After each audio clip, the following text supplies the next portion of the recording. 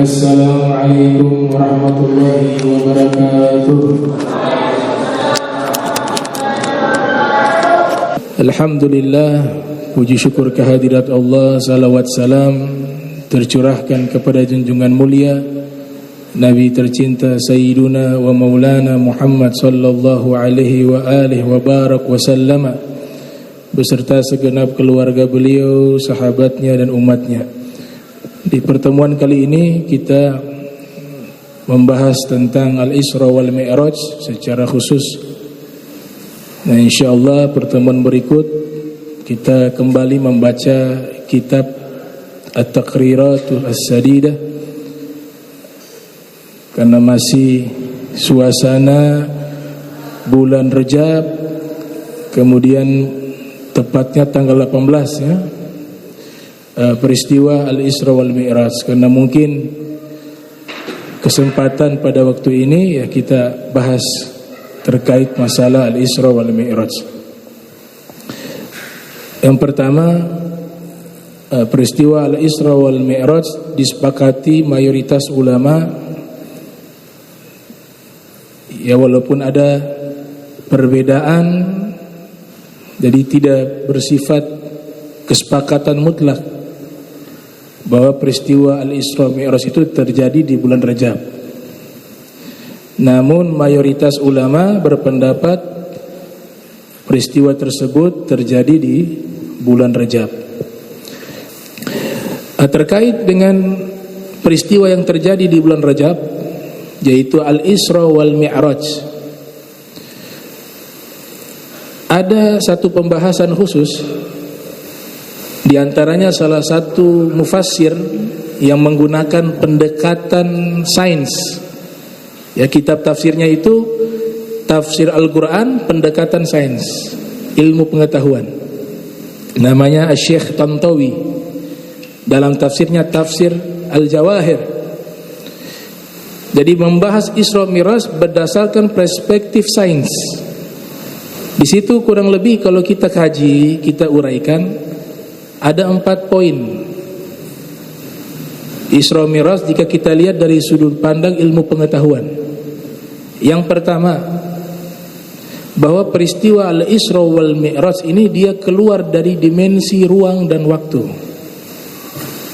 Dia keluar dari dimensi ruang dan waktu. Jadi jangan sampai kita samakan Nabi itu ketika Allah perjalankan dan Allah mi'rajkan beliau, perjalanannya ke langit itu sama seperti astronot. Jangan. Beda. Memang ke langit, dalam ayat disebut ke langit, dalam tafsir disebut ke langit. Ya, karena Al-Isra wal Mi'raj, Al-Isra ini diambil dari kata jalan di malam hari. Itu kalau kita kaji kamus-kamus bahasa Arab seperti yang ditulis oleh Fairuz Abadi, Al-Qamus Al-Muhit, atau As-Sayyid Muhammad Murtada Az-Zabidi dalam kitab Tajul Arus min Jawahiril Qamus, ya, kata Al-Isra itu artinya dari jalan di malam hari, Sara Yasri.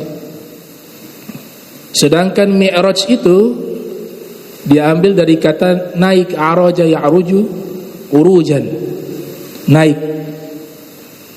Diambil dari isim alat Mi'raj, alat naik atau tangga. Bahkan jadi satu surat dalam Al-Quran namanya surat Al-Ma'arij. Al-Ma'arij itu bentuk jamak dari mufrad Mi'raj, tangga-tangga naik atau tempat-tempat naik. Itu menurut para pakar bahasa, Al-Isra wal Mi'raj. Tapi dimensi yang dilalui oleh Nabi bukan dimensi ruang dan waktu. Itu sudah keluar dari hukum itu. Sehingga Syekh Abdurrahman Ad-Dibai di dalam maulidnya itu beliau menyatakan, "Tsumma arudduhu minal arsh qabla ayyabrudal farsh." Kemudian Allah kembalikan Nabi Muhammad dari arsh kembali ke dunia qabla ayyabrudal farsh, sebelum kasur tersebut mendingin. Dia masih hangat. Artinya apa? Ini kecepatan yang luar biasa Dan ini perjalanan kalau menggunakan kecepatan yang dahsyat seperti itu adalah satu perjalanan kecepatan di luar dimensi ruang dan waktu. Makanya Allah tegaskan dengan keterangan waktu di peristiwa Isra itu, Laila, bukan al-laila tapi Laila. Itu hanya sebagian malam saja peristiwa itu. Zarfuz zaman, adverb of time, keterangan waktu. Laila, sesaat, singkat. Karena begitu cepatnya kecepatan itu, karena dia tidak terikat dengan hukum ruang dan waktu. Dikatakan beliau ini keluar dari dimensi ruang dan waktu. Mi'rajnya Nabi turun ke dunia, perjalanannya ke langit, tapi langit yang gaib. Dia langit tapi langit yang gaib. Al-Imam Ja'far As-Shadiq Ibn Muhammad Al-Baqir yang lahir tahun 83 Hijriah, wafat 148 Hijriah, imam yang agung dari semua ilmu beliau kuasai.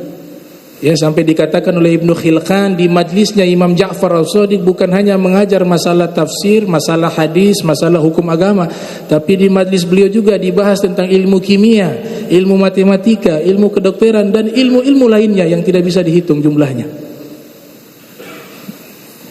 Beliau ketika menafsirkan firman Allah Ta'ala, "Wan najmi idza hawa", demi bintang apabila telah turun atau telah menyingsing, beliau tafsirkan ayat tersebut, ya'ni an-nabiyya Muhammada idh nazala minas sama'i lailatal mi'raj.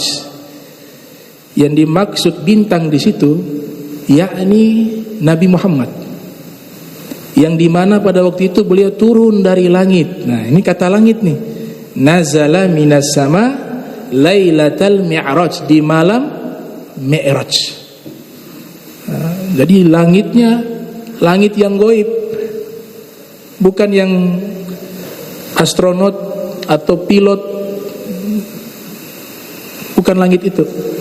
Menurut pendekatan sains, di antaranya Syekh Tantawi Jauhari dalam tafsirnya. Kemudian ada poin penting, puncak dari perjalanan itu, Al-Isra wal Mi'raj, yaitu perjumpaan Nabi Muhammad dengan Allah. Ini juga harus kita garis bawahi, bahwa bukan berarti Allah bertempat di tempat tersebut kemudian menanti kedatangan Nabi Muhammad dan Nabi akhirnya bertemu dengan Allah. Bukan maknanya demikian. Tempat di mana Nabi bertemu dengan Allah itu adalah tempatnya Nabi Muhammad, bukan tempatnya Allah. Di tempat itulah Allah izinkan Nabi Muhammad berjumpa dengan Allah Subhanahu wa ta'ala, bukan tempat tinggalnya Allah. Karena jelas Allah Ta'ala itu tidak termasuk di dalam dimensi ruang dan waktu. Dia keluar dari hukum itu. Kalau peristiwa Al-Isra Mi'raj saja keluar dari dimensi ruang dan waktu, bagaimana Allah yang maha suci, maha besar? Isra Mi'raj saja keluar dari ruang dan waktu, lantas bagaimana Allah? Ini yang dikatakan oleh Nabi kita Muhammad sallallahu alaihi wasallam di dalam hadis yang diriwayatkan oleh Imam Al-Bukhari yang lahir tahun 194 Hijriah, wafat 256 Hijriah. Kana Allah walam yakun ma'ahu syai'un. Allah itu ada dan tidak ada sesuatu apapun bersamanya. Kata syai'un di situ nakirah, bukan ma'rifat, biduni alif lam, tanpa alif lam. Dalam ilmu nahu, kalau tanpa alif lam namanya nakiroh. Tapi dalam ilmu balaghah, makna nakiroh itu artinya global. Jadi segala sesuatu yang sifatnya mutlak, tidak terkecuali. Maka sesuatu juga di situ termasuk tempat. Bahasa tempat selalu kita gunakan suatu tempat. Di sini Allah Ta'ala wahyukan kepada Nabi Muhammad dan Nabi menyabdakan hadis tersebut bahwa Allah Ta'ala itu Tidak ada sesuatu apapun bersamanya. Tempat itu sesuatu, maka sesuatu itu tidak bersama Allah, dan Allah tidak bersama sesuatu. Allah tidak bersama tempat dan tidak berada di tempat tertentu. Dan ini yang ditafsirkan oleh Abu Hurairah ketika ditanya apa sih tafsir As-Samad di surat Al-Ikhlas. Begitu pentingnya surat ini sehingga Nabi katakan Qul huwallahu ahad ta'dilu thulutsal Qur'an. Ya, surat Al-Ikhlas ini sebanding dengan sepertiga isi Al-Qur'an. As-Samad, apa maknanya As-Samad? Abu Hurairah menjawab dalam kitab Irsyadul Ibad. Makna As-Samad, Allahu la yahtaju ila kulli syai'in wa kullu syai'in la yahtaj wa kullu syai'in yahtaju ilaihi. Allah la yahtaju ila kulli syai'in wa kullu syai'in yahtaju ilaihi. Makna As-Samad, Allah tidak butuh kepada segala sesuatu dan segala sesuatu butuh kepadanya. Itu makna As-Samad. Nah, sesuatu di situ waktu juga masuk, tempat juga masuk. Kalau kaum Mu'tazilah mengartikan sesuatu itu semua makhluk. Golongan Mu'tazilah mengartikan syai'un itu adalah ma siwallah. Segala sesuatu selain Allah namanya sesuatu. Segala sesuatu selain Allah namanya sesuatu. Maka tempat juga masuk, zaman juga masuk, makhluk juga masuk, langit juga masuk, arsy juga masuk di situ. Semua itu sesuatu, dan Allah tidak butuh kepada sesuatu semuanya ini. Itu makna subhanallah. Sayyidina Ali bin Abi Thalib diriwayatkan oleh Imam Abu Ishaq dalam kitab At-Tabsir, orang Yahudi bertanya kepada Imam Ali, "Aina Allah? Di mana Allah?" Imam Ali menjawab, "Innalladzi ayyana aina fala yuqalu lahu aina." Dia Allah yang menciptakan di mana, maka jangan mengatakan Allah di mana. Ditanya lagi, "Kaifa Allah?" Bagaimana Allah? Bagaimana bentuknya? Maka dijawab oleh Imam Ali, "Innalladzi kayyafal kaifa fala yuqalu lahu kaifa." Dia Allah yang menciptakan bagaimana, maka jangan mengatakan Allah itu bagaimana. Bahkan di dalam kitab Al-Farqu Bainal Firaq yang ditulis oleh Al-Imam Abdul Qahir Al-Baghdadi, Al-Imam Ali ibn Abi Thalib mengatakan, "Innallaha ta'ala khalaqal arsya izharan liqudratihi wala makanan li dzatihi." Sesungguhnya Allah Subhanahu wa taala menciptakan arsy itu untuk menunjukkan kekuasaannya, bukan sebagai tempat tinggalnya. Bahkan salah satu doa yang ma'thur yang diriwayatkan bersambung kepada Imam Ali Zainal Abidin bin Husain bin Ali bin Abi Thalib, beliau berdoa, "Anta Allah alladzi la yahwika makanun." Engkau adalah Allah yang tidak diliputi oleh suatu tempat manapun. Pendiri Thariqah Ar-Rifa'iyah bernama Sayyidi Ahmad Ar-Rifa'i, beliau juga mengatakan, "Ghayatul ma'rifah billah al-iqanu biwujudillahi ta'ala bila kaifin wala makan." Puncak dari ma'rifat kepada Allah, meyakini adanya Allah tanpa bagaimana dan tanpa di mana ia menetap. Artinya tanpa membutuhkan tempat. Jadi jelas itu pertemuan Nabi Muhammad dengan Allah itu bukan Allah berada di situ. Itu bukan tempat tinggalnya Allah, tapi Allah ciptakan tempat itu untuk Nabi Muhammad agar bisa berjumpa dengan Allah Subhanahu wa taala. Kemudian kalau di langit, fis sama.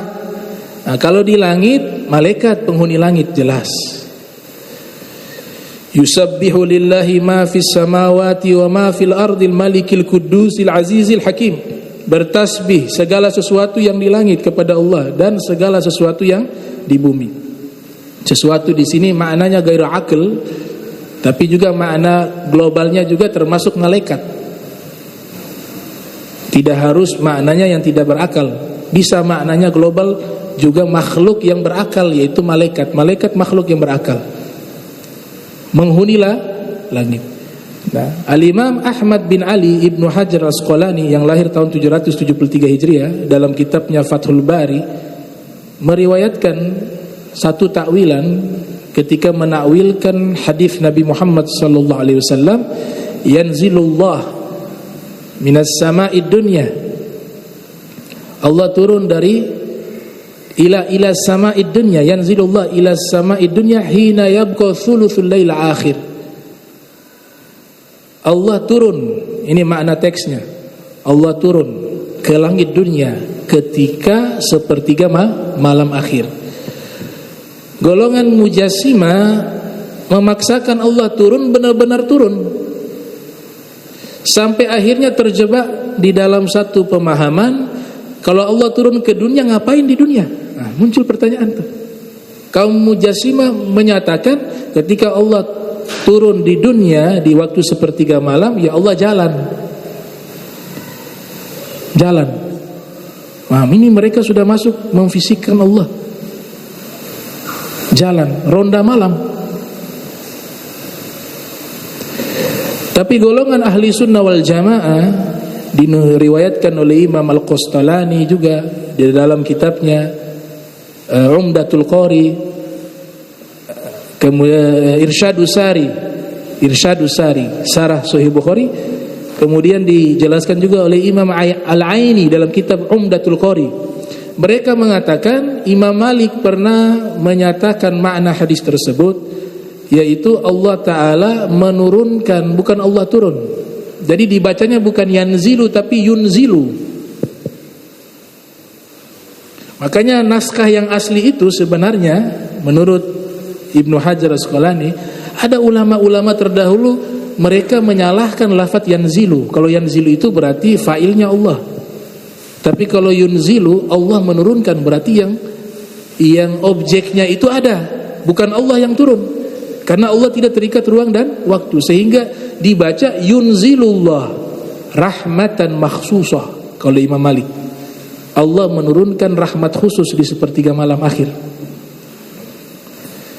Pendapat kedua mengatakan yunzilullahu amrahu, Allah menurunkan perintahnya di sepertiga malam akhir.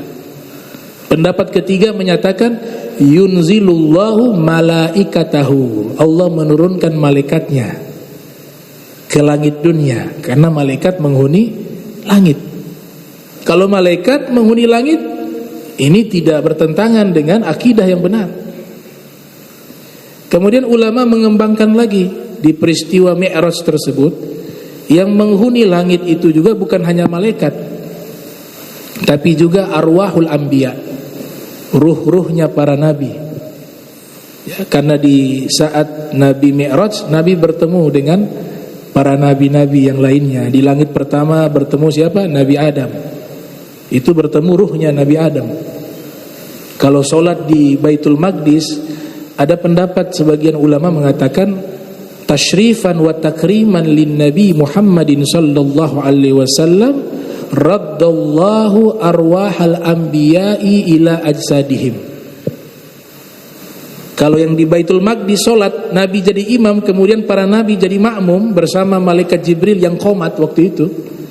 Nah, itu Allah Ta'ala khususkan kemuliaan untuk Nabi Muhammad, karena waktu itu menggunakan syariat Nabi Muhammad sholatnya, ya.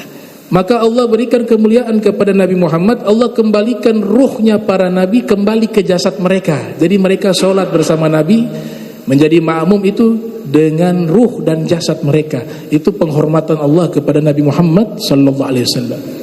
Tapi ketika sudah di langit, Nabi bertemu dengan ruh mereka. Langit pertama bertemu Nabi Adam, langit kedua bertemu Nabi Isa dan Nabi Yahya. Di satu langit ada dua nabi, ada dua ruh nabi. Kenapa? Karena yang satu akan turun, dan langit tidak boleh kosong dari ruhnya para nabi. Kalau satunya turun, masih ada ruhnya Nabi Yahya. Langit ketiga, Rasulullah bertemu dengan Nabi Yusuf. Langit keempat bertemu dengan Nabi Idris. Langit kelima bertemu Nabi Harun. Langit keenam bertemu Nabi Musa. Langit ketujuh bertemu Nabi Ibrahim. Berarti di langit ini ada arwahul anbiya, ada ruh-ruh para nabi. Nah, itu poin yang pertama. Poin yang kedua, bahwa perjalanan Mi'raj ini, Al-Isra wal Mi'raj, dia sesuai dengan satu teori namanya relativisme atau relativitas, teori dari Einstein. Einstein menyatakan bahwa jagat raya ini terdiri daripada ruang, waktu, dan cahaya. Dan itu ada di peristiwa Al-Isra dan Mi'raj. 3 kata kunci di surat Al-Isra. Ada kata asra, ada kata laila, ada kata bi'abdihi. Nah, kata asra ini mewakili tempat, karena memindahkan Nabi Muhammad dari satu tempat ke tempat yang lain, dari Masjidil Haram ilal Masjidil Aqsa. Berarti mewakili tempat, kata asra itu. Kemudian kata bi'abdihi, dengan hambanya, mewakili materi, benda. Yang benda ini bercahaya karena melakukan perjalanan menggunakan kekuatan cahaya, dijemput oleh cahaya juga.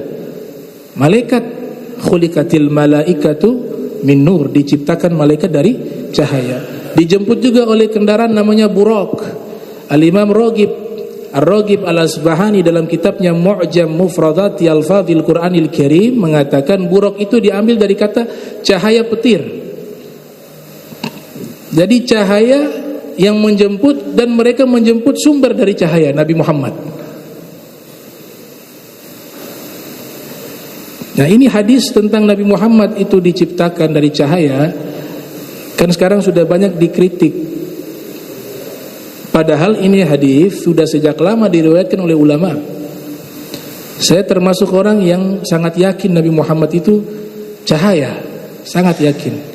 Karena ketika Allah sifati di dalam Al-Quran, sering Allah sifati Nabi Muhammad dengan nur, artinya cahaya. Siraja, artinya cahaya. Munira, artinya cahaya.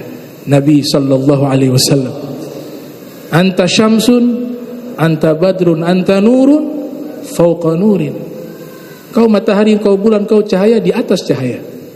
Bukan cahaya lagi, di atas cahaya. Itu Nabi sallallahu alaihi wasallam. Maka yang dijemput Nabi Muhammad, kata asra mewakili tempat, kata bi'abdihi mewakili materi. Kata abad ini di dalam kamus bahasa Arab, kesepakatan para ahlu bahasa, para ahlu lughat, bahwa ketika disebutkan kata abad, sebagaimana di surat Jin, wa annahu lamma qama Abdullah yad'uuhu kadu yakununa alaihi libadah. Ketika hamba Allah itu beribadah, situ Nabi Muhammad beribadahnya di dunia. Ketika beribadah, Allah sebutkan Abdullah, hamba Allah, yaitu Rasulullah Muhammad sallallahu alaihi wasallam. Maka di saat Nabi beribadah itu dengan ruhnya, dengan jasadnya, dengan jiwanya, dengan raganya.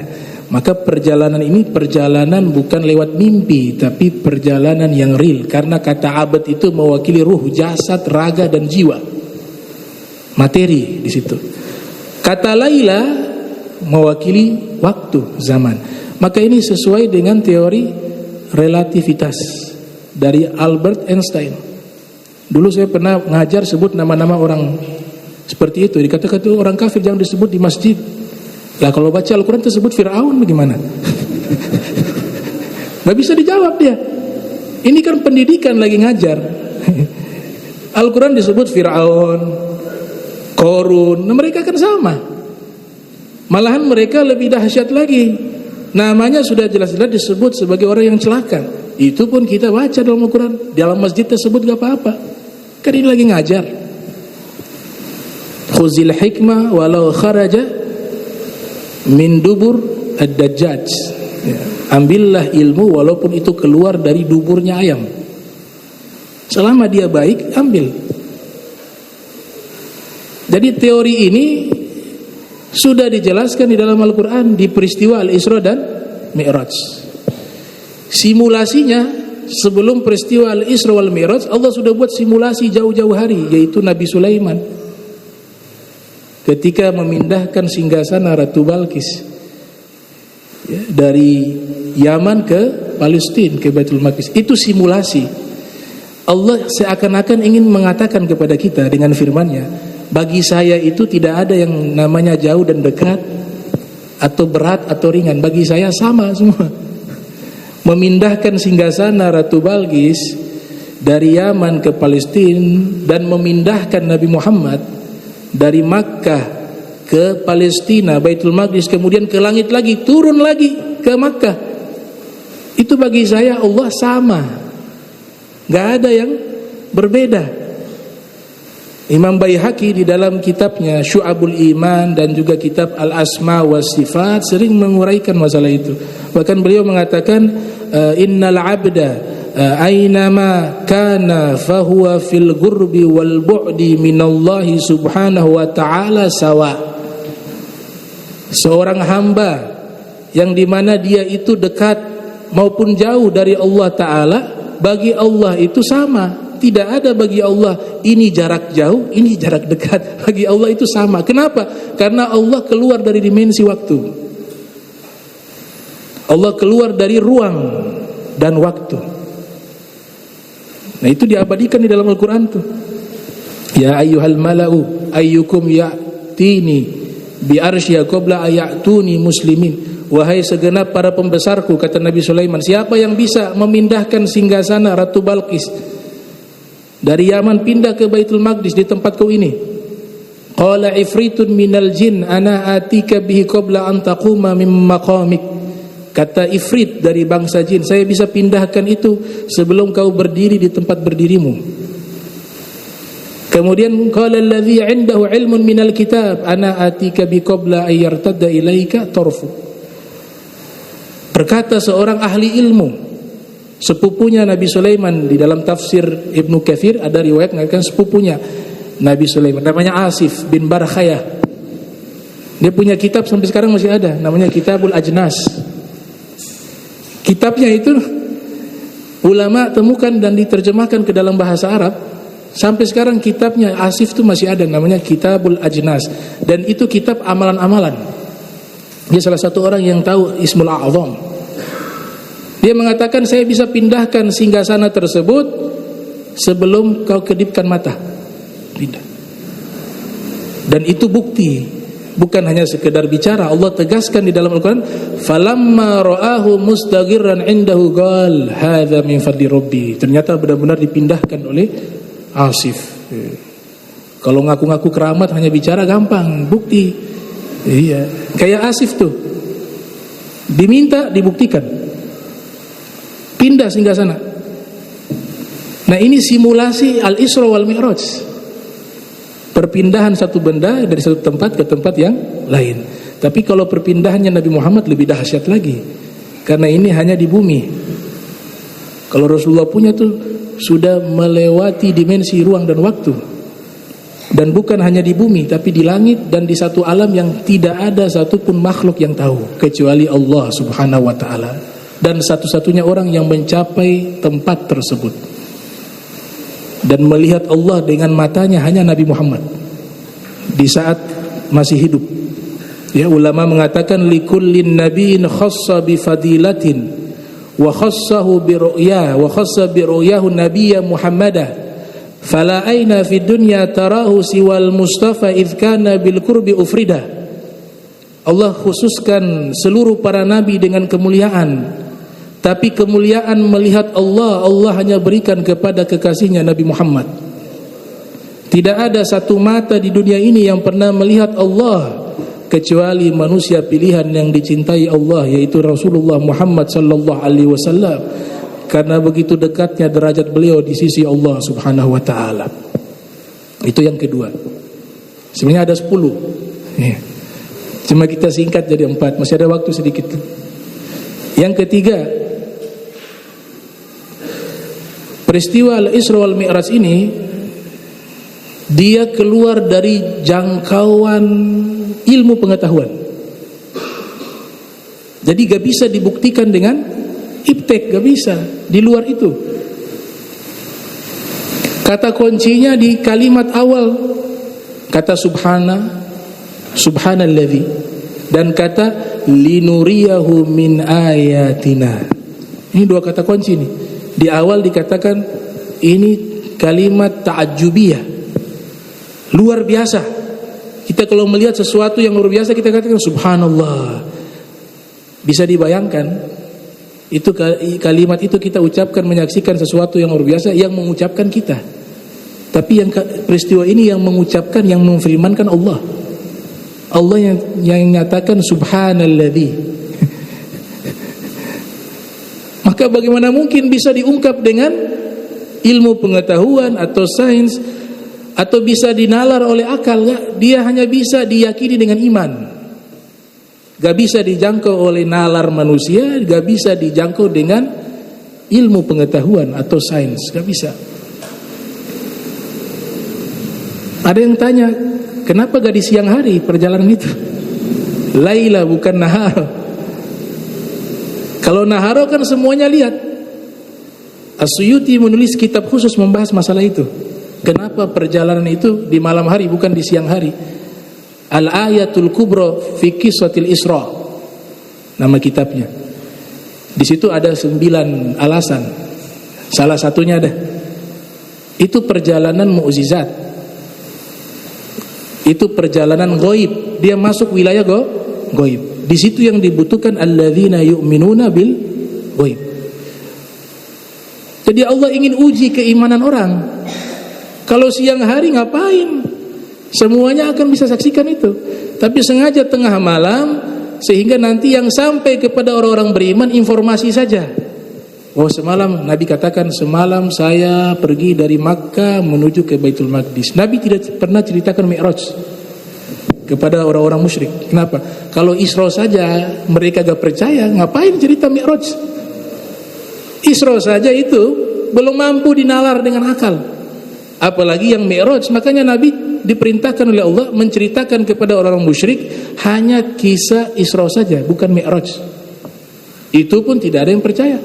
Bahkan orang-orang Islam banyak yang murtad waktu itu. Dalam tanda kutip murtad, sudah muncul ragu. Oh, jangan-jangan ini bohong dan seterusnya. Nah, maka Allah uji, imtihanul iman, uji keimanan orang waktu itu. Makanya sengaja dibuat di tengah malam. Nah, ini tiga alasan secara sains, ya, bahwa sesungguhnya ini perjalanan yang di luar ilmu pengetahuan, di luar nalar dan akal manusia.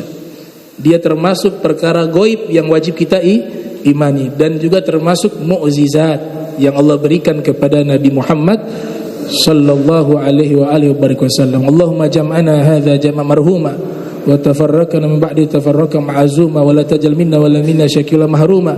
Subhana wa bihamdika astaghfiruka wa atubu ilaih. Wa sallallahu ala sayyidina Muhammadin wa ala alihi wa sahbihi wa barik wasallam. Wa lakum minkum wassalamu alaikum warahmatullahi wabarakatuh.